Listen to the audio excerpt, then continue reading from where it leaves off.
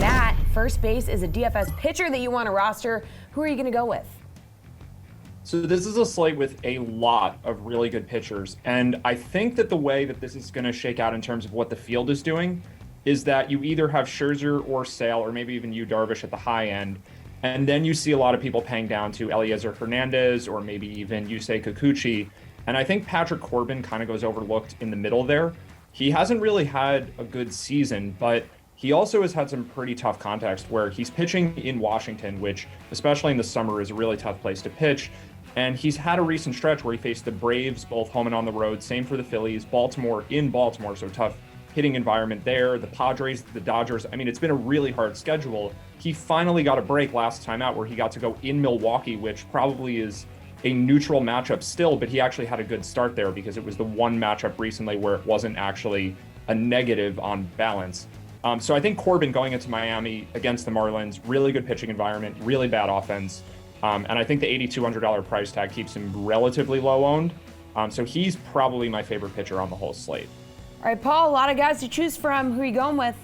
You know what, Jesse, there are three pitchers on today's slate who are coming off IL stints. I'm going to fade all three of them. That's Rodon, Darvish, and Eflin off my list of consideration. Once I eliminate them and a host of others who have tough matchups with some other top options facing one another, I land on two choices. Chris Sale might be a tempting option after watching his first two starts this season, but he has had a bad history against the righty power bats of the Twins lineup.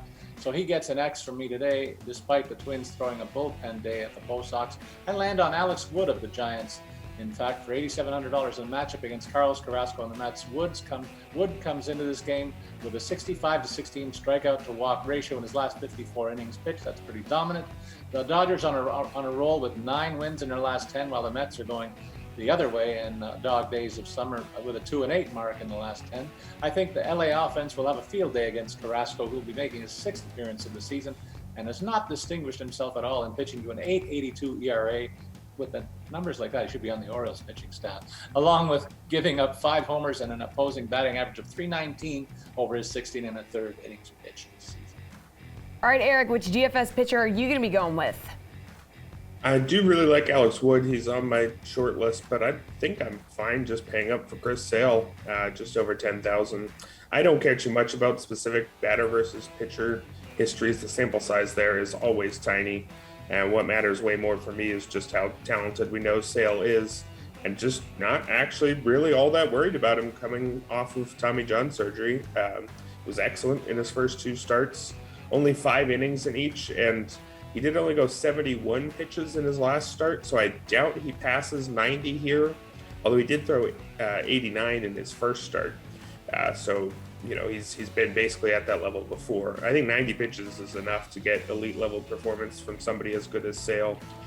He's just been excellent since he's returned, striking out nearly a third of opposing batters while issuing just a single walk across his 2 starts. Also keeping the ball on the ground very well, 56% ground ball rate. So he looks absolutely like Chris Sale. I have no real worries other than, again, the workload, but I think 5 innings, 90 pitches is enough to justify that price.